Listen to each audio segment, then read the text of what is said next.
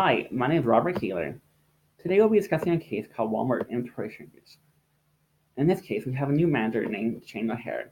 He was brought to the Atomic City store to solve an inventory shrinkage problem.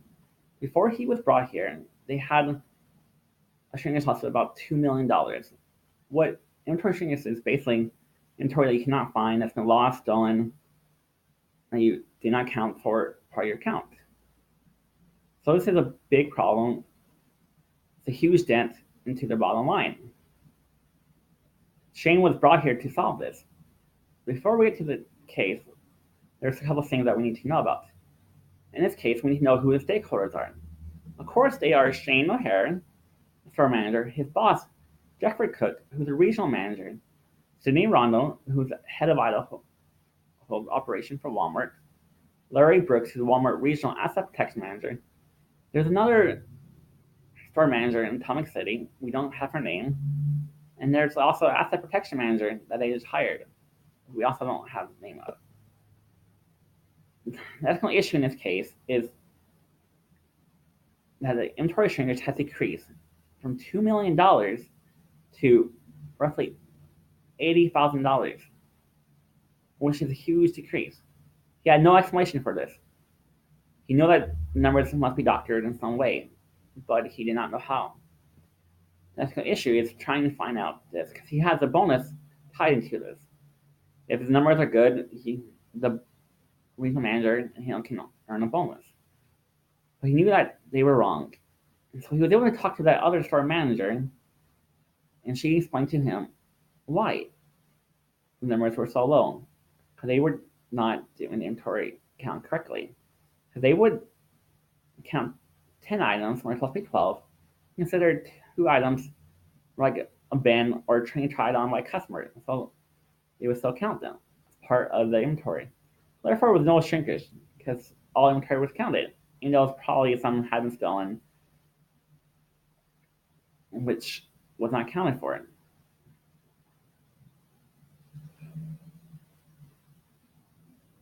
So what do you need to consider? What do we need to do next? Now we know that there's a problem and the reason for it. Let's remember that our boss has a huge bonus online for this. So he wants the numbers to be accurate. We also know that they've done this fraud strategy before. And so this culture is a one of fraud because they have performance based upon numbers that can be altered or fraud. And if they're good numbers, they'll get bonuses for them.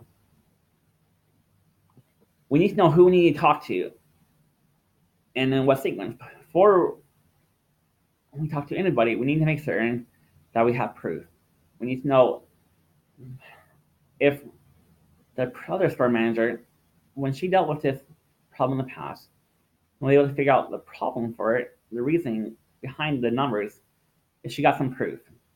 If she did not have some proof, it's going to be a lot harder to convince Walmart to look into the numbers for the reason for an incorrectness, especially since your bosses could be behind this. You need to talk to the fraud department. Because Walmart's a big store, they would have a number to call. Or HR or somebody. You need to make certain that you contact them as soon as possible. And have the other person with you. That way you can have your word be backed up by somebody else besides just yourself. And also make certain that you have some proof.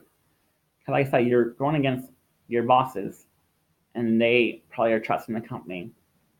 And so if you don't have some proof, it'll be your word against theirs. Which one would turn out good for you? You might not think to yourself, hey, I shouldn't do this because I'm going to get fired and I'm just brand new, kind of story, everything will work out. They'll be able to find the problem for this. And if that was the case, then why is it still happening? You also might be thinking to yourself, hey, the other person's not going to help. Or my word against the others. I shouldn't talk to them. But I need to remember that if they did it to me, they did it to other people, they can do it to many others in the future. And if you don't solve the problem now to have Walmart to have better numbers, you will not be able to do your job accurately.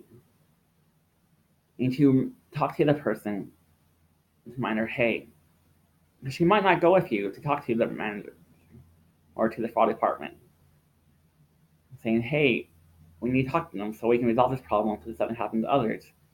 Because somebody down the road could lose their job because of it. You could lose your job. And by doing this, you'll be able to make certain that she's willing to come with you. By talking to that fraud department, if they're backing you, you'll be able to have an investigation that's going to happen be correct.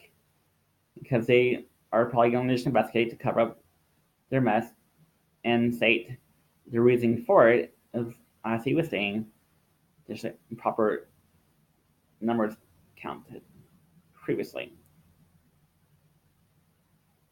But you need to make certain that you contact the fraud department at Walmart and you have the backing of your fellow coworkers. By doing this, you'll be able to solve Walmart's inventory problem. You'll be able to keep your good name and your values. You'll be able to remember that Walmart might be a big corporation, but you're there to make certain that you have a good name and you're trusted. If that's the case, you might be able to later on go up in the store and become a regional manager or manager operation because they know you are a trustworthy, honest individual. That should be one of your main objectives in this thing.